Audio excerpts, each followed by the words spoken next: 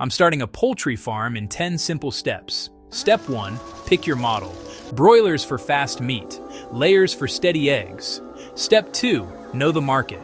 Restaurants, shops, households, dealers.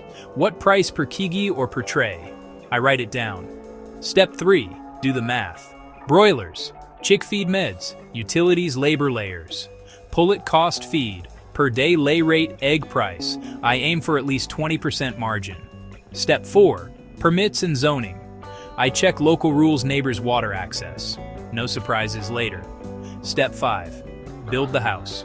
Dry floor, cross ventilation. Predator proof, easy to clean. Deep litter for broilers, cages for layers. Floor systems for layers, power and backup. Step 6, biosecurity. Foot baths, hand wash, visitor log. Isolate sick birds, clean tools. New birds quarantine for 2 weeks. Step 7, source right. Day-old chicks from reputable hatcheries. Inspect delivery. Bright eyes, active, no pasty vents. Step 8, feed and water. Constant clean water.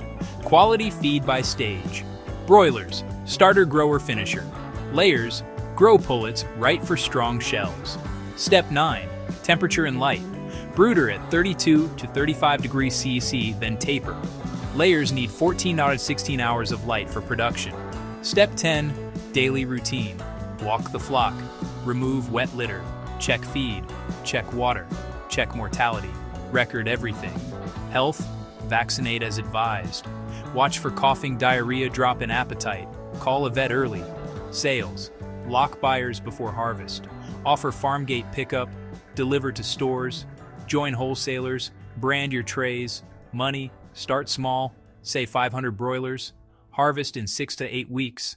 Reinvest profits into better equipment and bigger batches. Risks, heat disease.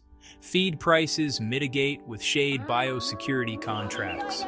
Do it clean, do it consistent, and scale with data. Let's build that farm.